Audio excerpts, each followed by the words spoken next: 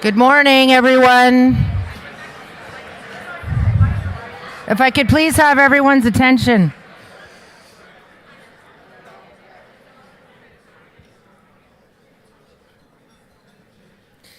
Good morning, ladies and gentlemen. Please join me in welcoming our webcast viewers. My name is Gillian Riley, President of the Canadian Club of Toronto. Viewers, thank you for joining us this morning. Each year, the Canadian Club proudly provides a forum for leaders in every aspect of society to share their ideas with us. We offer access to dynamic business, political, and public figures. They may be local, national, or global. I would say that today's guest speaker, Ed Clark, is all three.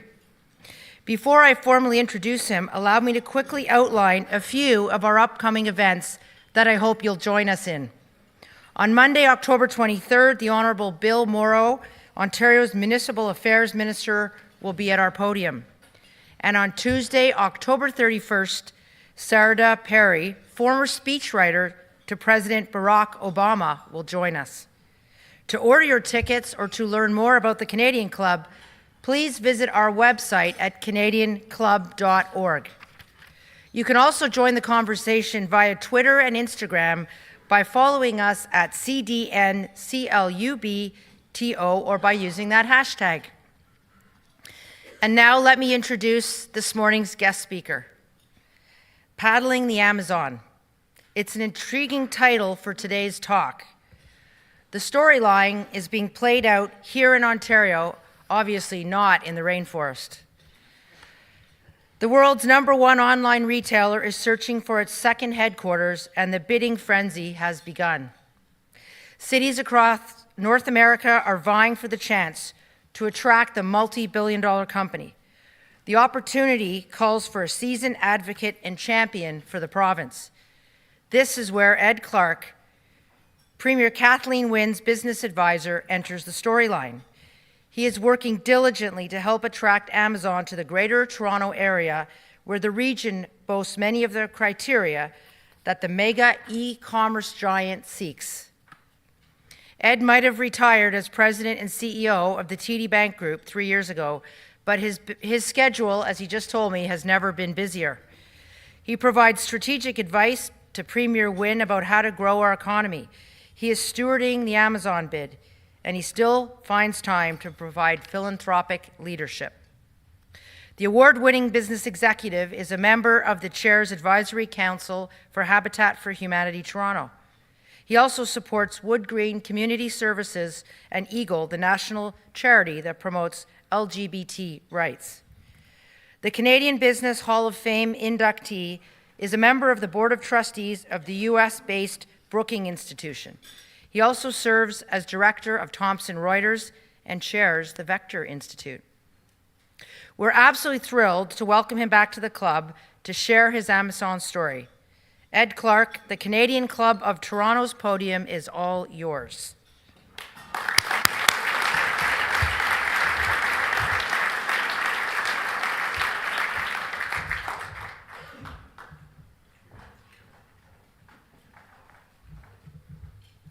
Well, good morning. It's great to be here, and thank you all for coming for breakfast. Well, as mentioned, as you know, in early September, Amazon did quite an unusual thing, launched an unusual process. It decided that it was going to have a second headquarters. And then it turned around and invited cities across North America to bid on where to locate that company's headquarters, which they call HQ2. Now, as mentioned, the Premier asked me to coordinate the province's approach to supporting the Ontario cities that wish to bid. These are city bids that are coming in. I got to tell you, this has been a pretty fascinating exercise, and one that had to be completed in 6 weeks. What I thought you might find useful today is not only that I'll try to explain what the province has tried to do, but I thought I'd try to give you some insight into the thinking and debates that lay behind those decisions. This morning, the Government of Ontario issued a press release by Minister Matthews, Duguid, and Moridi, all of whom are here today, outlining the province's approach. Now, when you examine the government's announcement, you'll notice two things right away. First, it's all about talent. The core of the province's commitment is a major increase in the number of science, technology, engineering, and math students that are going to graduate from Ontario universities every single year. Now, that also includes a major expansion in the number of specialists we produce in artificial intelligence, which is more and more in vital demand from the companies that are engaged in the knowledge economy. I'll get into more detail on those commitments in a few minutes. But the second, and contrary to what I think many might have expected, the government's moves do not depend on what Amazon decides. These changes will take place whether the company comes to Ontario or not. We believe that the best thing we can do for our future is bet big on education and talent.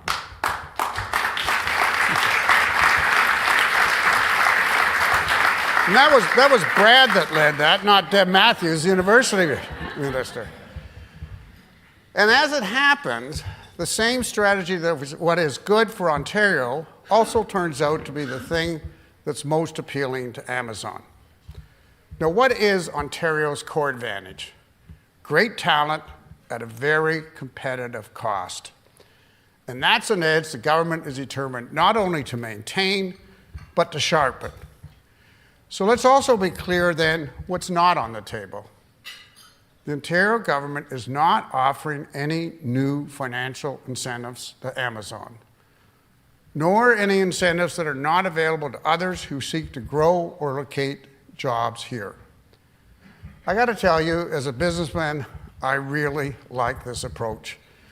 You know, successful firms want to be in jurisdictions that are actually inherently attractive, and they're going to remain so in the future. And that's doubly true if you are locating a head office. Companies want jurisdictions that invest in educated workforce, have livable cities, and put out a welcome mat for the best talent to bring their energy and ideas from anywhere in the world. These are the values that matter to the companies of tomorrow, and they happen to also be Ontario's strengths. So it turns out the province's best response to Amazon is to offer what we offer everyone, from companies established here to those thinking of coming. And that's why we've decided that investing in education, STEM in particular, is good for our province, good for our people, and essential to driving Ontario's economic growth and job creation.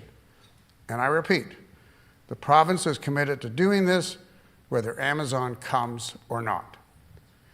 Now, I entitled my remarks, with a little bit of a tongue-in-cheek, Paddling the Amazon, Lessons Learned, because frankly, it has been a learning process for me. And actually, it led all of us to think about some of the really important issues that we're going to have to decide. Quite frankly, oddly, at least at first to me, the first thing we had to decide was whether we even wanted Amazon to come to Ontario. Now, I think for a lot of people, you say, really? You're talking about one of the world's largest and fastest growing companies with the addition of tens of thousands of jobs. But there have been some voices with thoughtful arguments suggesting that we pass on Amazon and that we focus entirely on developing our own global companies. Now, I absolutely am sure that we must build sustainable global companies here at home. As a passionate advocate for Canada's economic future, I understand that. I led one of those companies. But the question raised by the Amazon bid is this: will acquiring the head office of a global tech, retail, and media company help or hurt that development? One thing is clear: Ontario absolutely needs more head offices. That's why the government and its partners are very focused on trying to grow our smaller companies into global ones, based right here at home. But I believe it is a false choice to suggest that the pursuit of Amazon comes at the expense of developing our own global leaders. We want both, and an Amazon headquarters helps us get there. The Amazon bid is not a competition to land another plant or a fulfillment centers. However good these are, it'd be great to have some. Amazon's HQ2 will be a worldwide center. It will launch new products and services, employ 50,000 people, not just in technology, but from a variety of professions. Salespeople, marketers, HR staffs, even lawyers and accountants. Amazon Prime is one of the world's leading producers of entertainment. Alexis Development Center is already in Ottawa. Amazon's marketplace is rewriting the retail experience. The people of Ontario would benefit from that variety of businesses and demand for skills. The presence of global companies, especially with a head office, are an anchor for the economy, generating spin-offs and benefiting tech entrepreneurs. If we do this right, Amazon can play that role. Moreover, suppose we say, no, we don't want Amazon here, and they go to Boston or New York or Washington. That's not the end of the story. They're still going to demand lots of people, and our talent will head south with them, and so we'll lose our talent and we won't get the benefit of the jobs created here. So, after a series of discussions, along with our federal and our municipal partners, we all agreed that bidding was actually a terrific opportunity. If Amazon is coming east, let's have them in Ontario. But we also agreed we must attract them on a different basis, by offering a jurisdiction that is already structurally competitive and ensuring that it will remain so. So with that principle established, we asked ourselves then, what does Amazon want? I'm going to leave you in suspense while I have my water.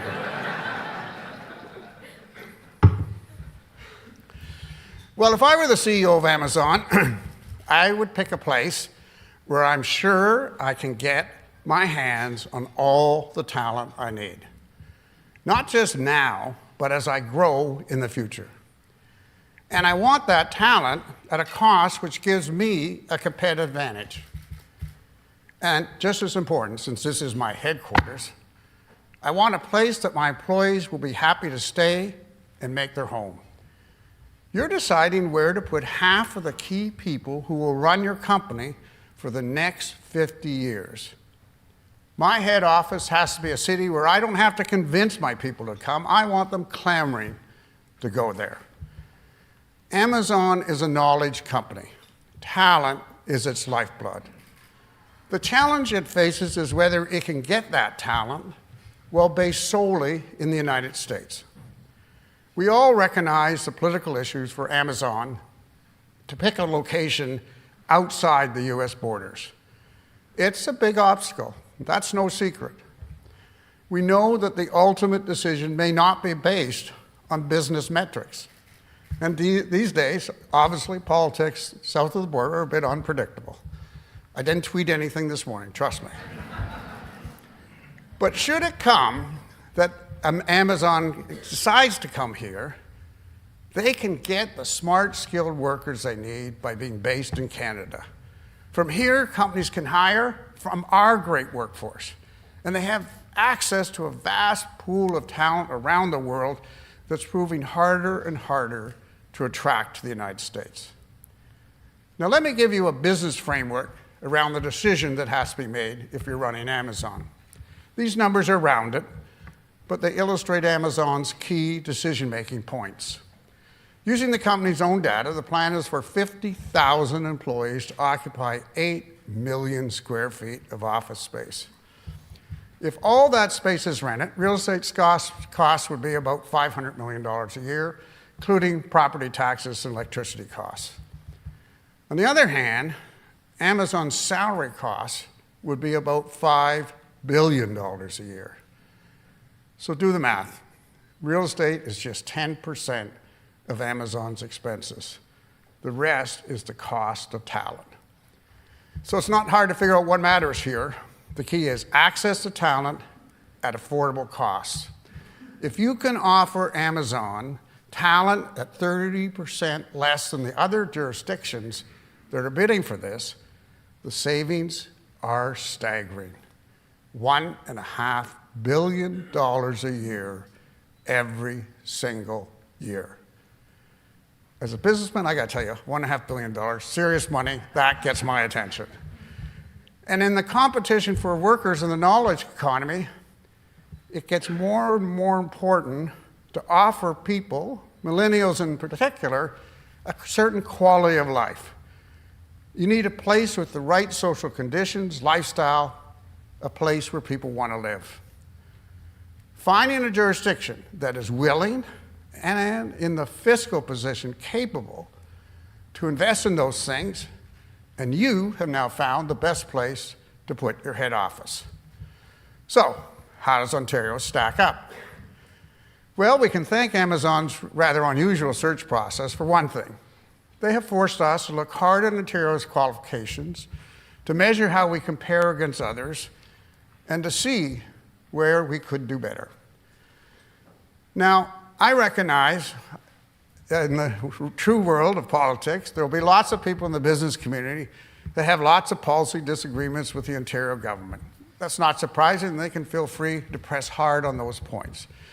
But I would ask them to step back and not let those policy issues obscure the fact that Ontario does actually perform incredibly well in the competition with other places in North America for knowledge jobs.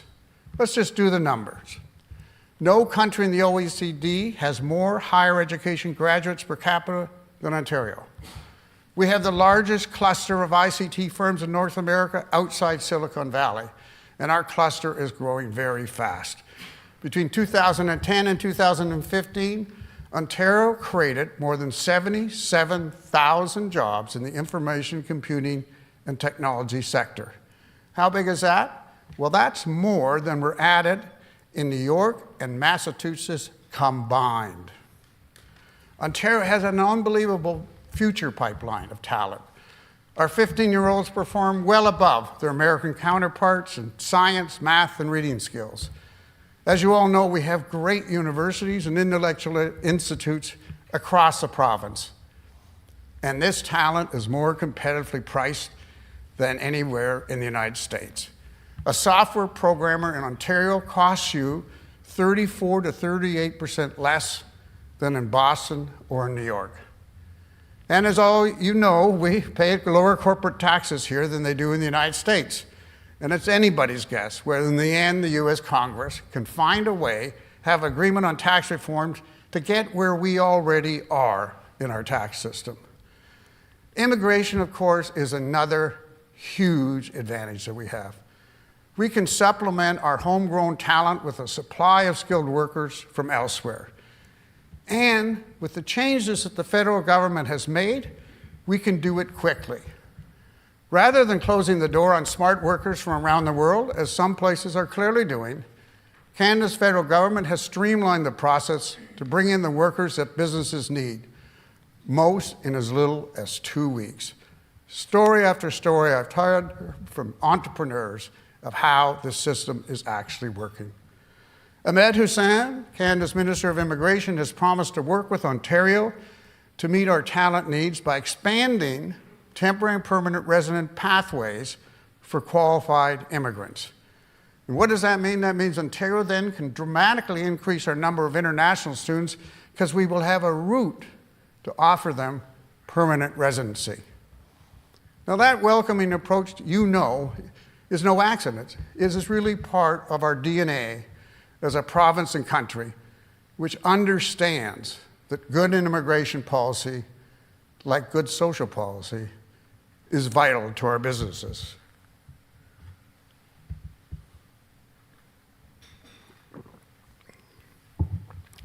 Now I know that we're not perfect, but I have to say our values put us on the right side of history. A belief that healthcare is a right for everyone. A publicly educated, funded education system that doesn't leave students behind because of costs. A place where your postal code does not dictate your economic fate. That's why schools in Ontario's less affluent community get more money than richer ones, the opposite of what happens in the United States. It's why 1/3 of Ontario students are attending college and university for free this year.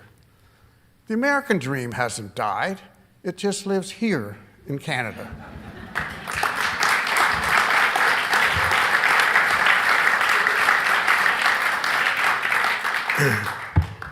But let's not sit on our laurels. We can do better, and every one of us who've run an institution know complacency is the enemy of success.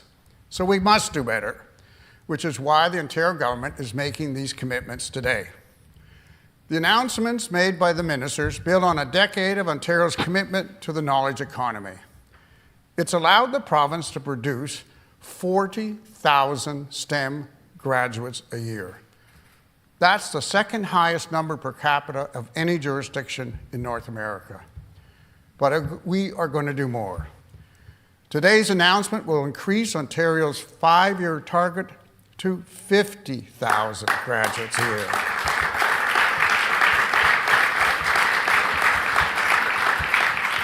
That's 10,000 more STEM grads per year, a 25% increase. With this increase, based on today's number, no state or province on the continent would produce more STEM graduates per capita than Ontario. Now that's a competitive structural advantage that will serve this province well for decades to come. And it's a commitment, and this is important, that would more than match any increase in demand for STEM graduates that would occur if Amazon lands in Ontario. We also know that all companies, not just Amazon, face an acute shortage in the number of artificial intelligence engineers, designers, data scientists, and researchers. We're simply not producing enough graduates to meet current needs.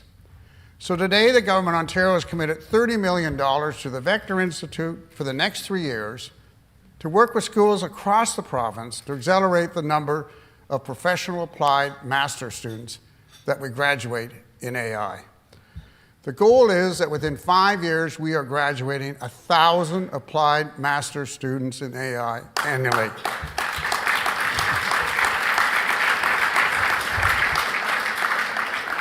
Now, let's be frank. This is a very ambitious target, and it's going to require innovative solutions to ramp up and be able to meet that goal. Vector is not only going to look to the University of Toronto and the University of Waterloo, it's kind of natural partners in this endeavor, but frankly, it's got to look across the provinces to universities everywhere to find the best way to meet this target. These are bold, long-term commitments to enhancing Ontario's economic promise. Expanding the talent pool of well-trained and highly educated workers will give all Ontario companies, a chance to grow their businesses and to become global leaders right here in the province. The Ontario cities bidding for Amazon will each make their own powerful cases why the company should sink roots in their communities. All are our cities that work with the culture and lifestyle that millennials say they want. Our mayors and economic development agencies will show off their enviable sites at costs that are comparable or better than anywhere else. Our cost advantage extends to our real estate as well.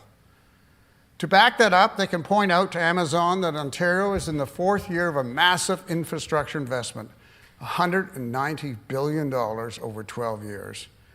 And the Ontario government is willing to look at changing the timing of projects that are already planned if it would enhance the viability of a site for Amazon.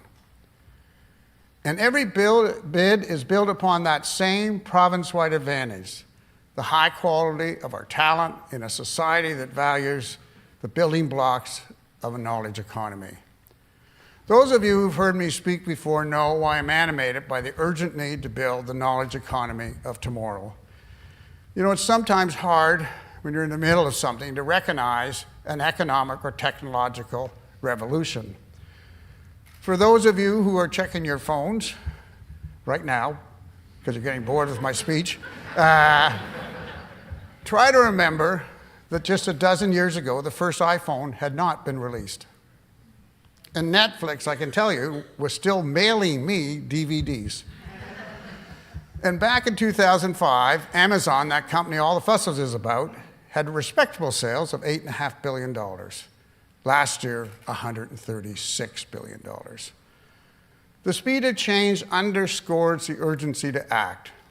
We are living through a great surge of change that's rewiring the way we get around, how we buy and sell things, how we power our society, and the way we build stuff. A sustainable knowledge-based economy requires a society that works, and a society that works for everyone. For that to happen, governments and firms have to invest in training programs that help employees get the skills they need for an information economy. And they have to help people affected by automation and technology to find new jobs. The core of a knowledge economy is that it is built around great people. And you get great people if you foster social mobility. You get great people if they all get quality health care. You get great people if you have a superb public education system. You get great people if companies believe they are part of a larger social fabric and have responsibilities beyond just the making of money. You get great people when you celebrate diversity, understand the value of gender equality, and support the LGBTQ community. And you get great people if you are open to the world. Ontario has all that. And that's been the real lesson of paneling the Amazon. No special deals. We are offering Amazon the best place in the world to locate a second head office, with unbelievable talent at salary levels that will save them $1.5 billion a year. But we're also saying to our existing firms, we will not let Amazon erode the competitive advantage in town and costs that we have worked so hard to build. Whether Amazon comes or not, we will grow our education and immigration pipeline to get you the talent you need. 50,000 STEM graduates a year, 1,000 applied master graduates in AI a year. Our commitment holds either way.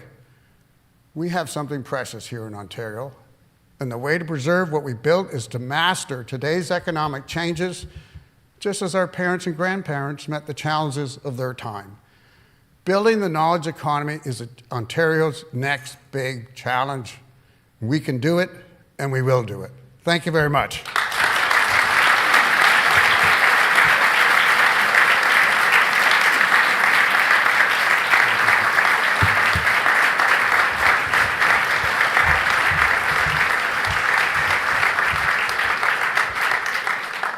Wow, that was an impressive speech, Ed. Thank you very much. Your energy and your enthusiasm are most inspirational. So I have a few questions here for you. No hard ones, I hope. No, I think these are good ones. First one for you. What do you think the chances are for Ontario to win the bid? Well, I think it's one of these things. You can use ranges. Yeah. So this is really a binary option. Does politics dominate or not? If politics dominate, and he says, I can't stand the idea that I'm going to say to Mr. Trump, I'm moving the next 50,000 jobs to Canada, we won't get it. But if that's not a constraint, we're hands down the winner. Wow.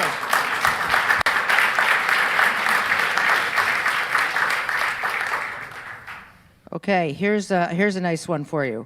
What is the mitigation plan to ensure that if Amazon comes to Toronto, that the city doesn't become unaffordable as other tech headquarter cities like San Francisco have?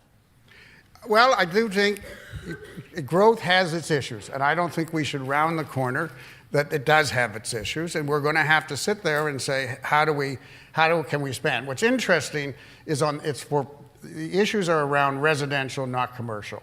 So I know that we looked at all the cities that are bidding, and they all can accommodate the buildings that we're talking about and accommodate them at prices that would make us still competitive from a cost point of view.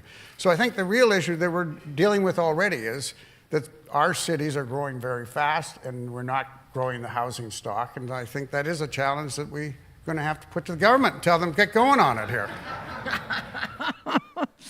One last question for you, Ed. If you could leave us with one thought, what would it be? As we start our day. Yeah, so I would say the thought that all of us, I think, and this is not a partisan comment at all, that's what I think people have to step back and realize. I think everyone that worked on this project was struck by, I guess I'll call it two things. One is we do have a fantastic place here. And we shouldn't lose track of that, And the second thing is that we should always tell ourselves we should not compete with each other. We're competing with the world. And what came here was a set of bids where everybody worked together.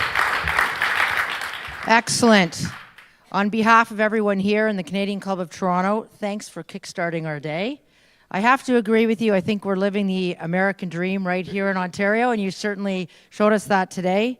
Your energy and your enthusiasm and your commitment to making this province a better place are incredibly admirable. So thank you. If you want to learn more about our club, please visit our website at canadianclub.org. We have many upcoming events that are exciting, so we hope you'll consider attending the upcoming events. I would like to thank our media event sponsor for today. Sorry, I just have to get my notes here. Canadians Online Event Space and VVC for live streaming today's event. Again, Ed, you've been a terrific speaker for us this morning. I know it'll set us off for the day ahead, and I hope for Ontario that the outcome of this bid goes to the right place. Thank you again for coming. We hope to see you again. Bonne journée, à la prochaine. Good. That was fantastic.